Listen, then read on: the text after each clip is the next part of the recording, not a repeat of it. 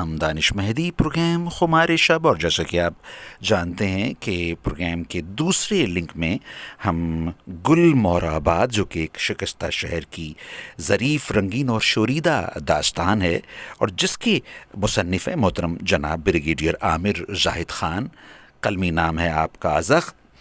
آپ کی ایک کتاب ہے بہت ہی دلچسپ، مزاح سے، طنز سے، تاریخی معلومات سے مزین۔ ہم صفحہ نمبر 11 سے شروع کریں گے، جس طرح کہ ہم نے کل صفحہ نمبر 11 کو آدھا آپ تک پہنچایا تھا۔ کہتے ہیں محترم جناب بریگیڈیئر عامر زاہد خان، حکمت کی زبان میں گولی کو بھی حب کہا جاتا ہے، اس لحاظ سے مقامی حکیم بھی حب نیلوفری کو طرح طرح سے حب نیلوفری کے واسطے اپنے نسخے اور کشتوں میں تجویز کرنے سے نہیں کتراتے۔ یوں شرفاء کے آنگن میں گاہے بگاہے گلے بنفشہ کا نیا شگوفہ کھلتا یا تخم کاسنی بیجتا رہتا ہے۔ عفیفاؤں کی قطاریں زچہ خانے کی رونق بڑھاتی ہیں، اور شادی گھر سے آتے ہی عروسہ کا ایک پیر گھر میں بھاری تو دوسرا ویم گھر میں ہلکا ہوتا ہے۔ ویم گھر سندھی میں زچہ خانے کو کہتے ہیں، اور یہ معنی بریگیڈیئر صاحب نے اپنی کتاب میں ظاہر بھی کیے ہیں۔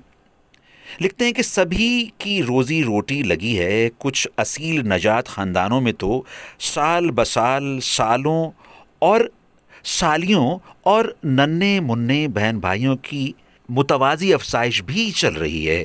نوزائیدگان کے واسطے ایک ہی چھت تلے بیک وقت کئی زیرو سائز سویٹرز، چھوٹے چھوٹے دستانے اور موزے بنے جاتے ہیں۔ سیانے ہوشیار مرغ آبادی میں روز افزوں اضافے کا سبب یہاں کے عام آدمی کی ساتھی سے بیزاری اور ہمدم سے عدم لگاؤ بتاتے ہیں۔ چلتے پرزے جوش سے کام لیتے وقت جوش ساشے کو بالکل کام میں نہیں لاتے، بس ہوش کھو بیٹھتے ہیں اور پھر پیدائش کو حادثہ گنتے ہیں۔ ڈیوریکس ہو نہ ہو، بس گل ٹیکس بچھی دیکھ کر ہی گل مہری باغبان کی طبیعت کھل اٹھتی ہے۔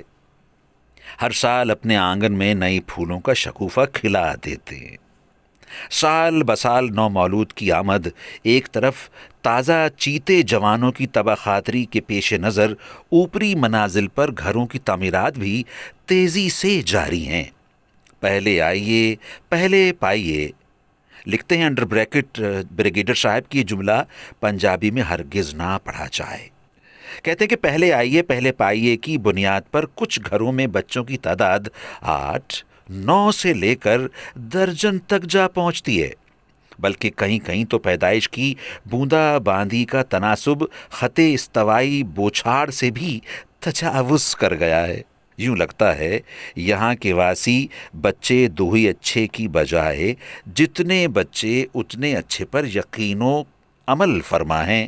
انہی دنوں جب خود حکومت کے ہاں 2 سے زائد پیدائش واقع ہوئیں تو ژرف بدل کر کم بچے خوشحال گھرانہ کر دیا گیا۔ گل مہر آباد میں اس تبدیلی کو کم از کم تعداد خود ساختہ اور رضاکارانہ طور پر تعین کر لینے سے عبارت کیا گیا۔ یہ مثبت فکری کی روشن مثال ہے۔ کہیں کم بچے خوشحال گھرانے سے مراد 6 بچے تھے تو کہیں 8 اور 9 بھی خوشحال گھرانہ مانے جاتے رہے۔ کسی قدغن سے مبرہ افزائش نسل کی لگی اس جھڑی کو سمونے کی وجہ سے یہ علاقہ ایک ایسا سماوار بن چکا ہے جس میں روز افزوں پیدائش و افزائش نسل آدم سمائی جا رہی ہو۔ لگتا ہے کل عالم کی مخلوقات میں پیدائش کی شرح اور رفتار میں ان کا مقابلہ صرف اور صرف آسٹریلین خرگوش ہی کر سکتا ہے، بلکہ وہ بیچارہ بھی کیا کرے گا، آخر خرگوش ہے، تھک جائے گا۔ یہاں تو خرکار ہیں، خرکار ان تھک لگے رہیں گے اس کام کو بیگار سمجھ کر۔ رفتار میں خرگوش کا مقابلہ کرنے والے نر بیگار میں خر اور قوت میں سانڈ کو اپنا دل بھر تسلیم کرتے ہیں۔ جبکہ سانڈے کا تیل ان کا دلاور ہے۔ ایک اور خاص بات، یہاں کے واسیوں کا نسل انسانی سے سچا پیار ہے، اس لیے یہ محکمہ مردم شماری کے اعداد و شمار کو مسترد کر کے الزام دھرتے ہیں کہ حواؤں ان تھک محنت شاقہ و مسلسل کے باوجود آدم شماری بہت کم دکھائی گئی ہے۔ دراصل انہیں محنت کی عظمت پر پختہ یقین ہے، اور وہ اپنی اس انسانی مشقت کی اعدادی ستائش چاہتے ہیں۔